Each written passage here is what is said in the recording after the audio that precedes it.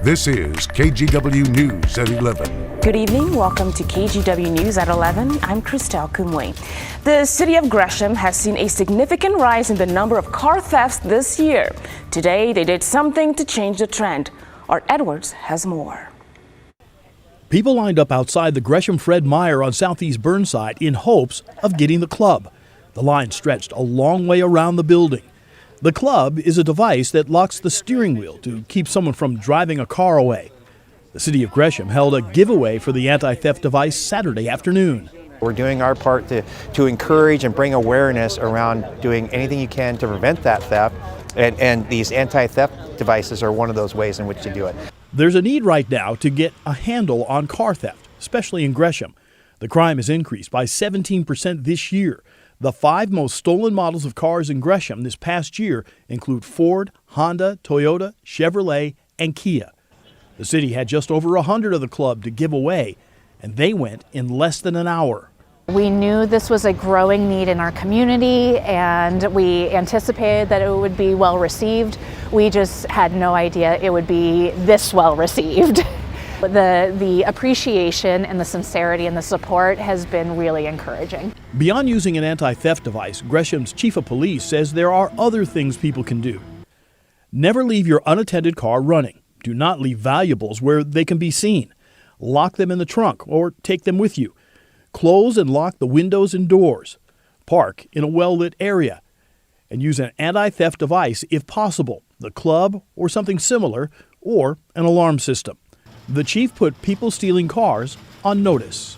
We will enforce the law and we will hold the people accountable, but we all need to do our part to make the community safe.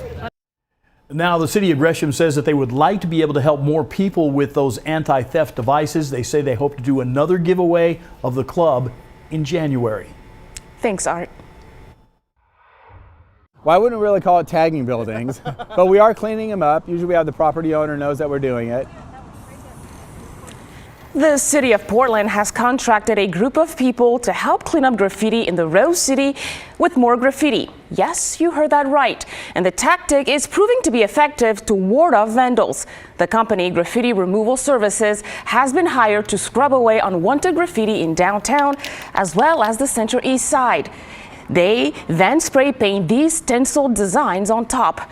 They're dubbed the Rose City Rebound Plan. We're part of getting the city back. We're proud of the city. We want to make sure it's vibrant, it's alive. We're going to keep on it. We're going to keep going with it as long as the city, is backing us, which they have, tremendously, and they keep coming up with new ideas and new plans. We're going to keep doing it. The hope is to expand to the entire city. If you see graffiti, you can easily report it online on the city's website. After submitting that complaint, workers will determine if the graffiti tag falls within their scope of work. We'll have a link on the application on our website at kgw.com.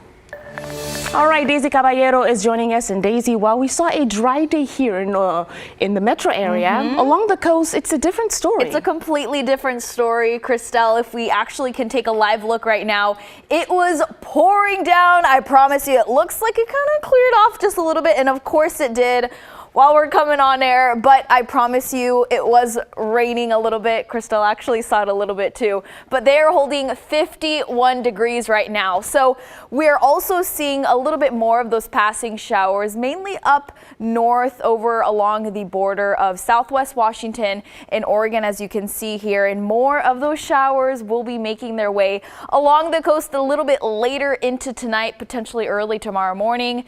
And then we'll slowly but surely pass along the I-5 corridor. Current temperatures right now, we're getting pretty chilly. Most of us are in the mid to upper 30s for the most part. 31 degrees as we're looking over Timber Junction. Now looking in central and eastern Oregon, just take a look at those temperatures in the teens. Bend, Baker City, negative 11 degrees as we're looking down in Burns. My goodness. Now this is a quick glance at what your next 3 days are going to be looking like. A high of 42 degrees for tomorrow. Again, that rain is going to be sticking with us. Monday and Tuesday will be pretty chilly, and there is a potential chance for rain and snow in some areas. Back to you, Christelle. Sounds good. Thanks, Daisy. Portland police recovered multiple firearms and drugs during a routine traffic stop in the Hazelwood area earlier this week. 43-year-old Chan Savage was pulled over early Wednesday morning on Southeast 100th and Mill Street. Officers discovered he was a felon and searched his car. They found a fully loaded AR-15 rifle with a 100-round magazine, a pistol, body armor with rifle plates, meth, and fentanyl.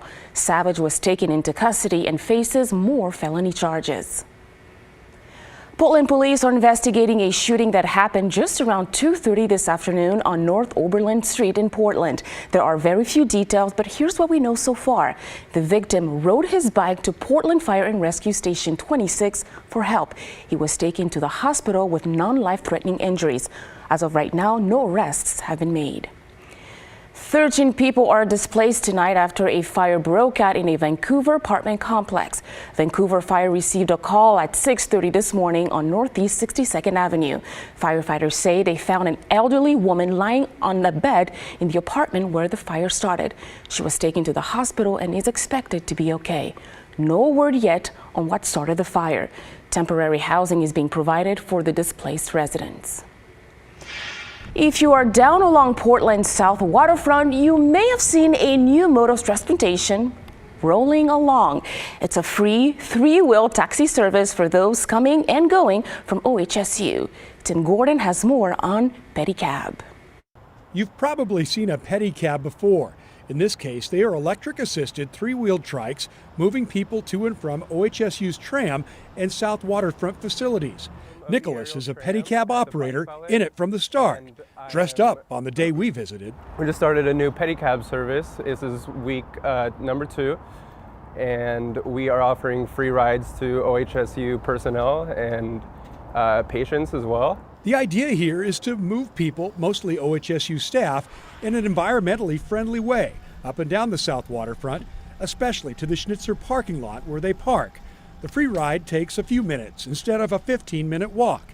OHSU decided to go this route instead of bringing back motorized shuttle buses, shut down during quieter pandemic times. We're pulling shuttles off the streets. We're able to kind of promote biking and pedicab type service. And so for us, it looks like a win. I think the community's been excited about it. Nicholas says he's getting along great with cyclists in the area. I was a little afraid I was going to be in their way in the beginning, but they're happy to share the road with me. And he has the pleasure of moving folks along in a way that gives them a break. If you're tired from your workday, just come on by, hop in, and we'll give you a ride to your car in a sustainable way, and we're happy to be able to provide that for everybody. And when it rains, this pedicab has got you covered. So far, so good. Nicholas says people enjoy it. There's a lot of laughter. Like, people are really enjoying themselves back there, and that's a good feeling to have. So I guess that's the best feedback. Tim Gordon, KGW News. The pedicab service operated by Go by Bike runs weekday mornings between 6:45 and 9:30 and afternoons from 3 to 6:30.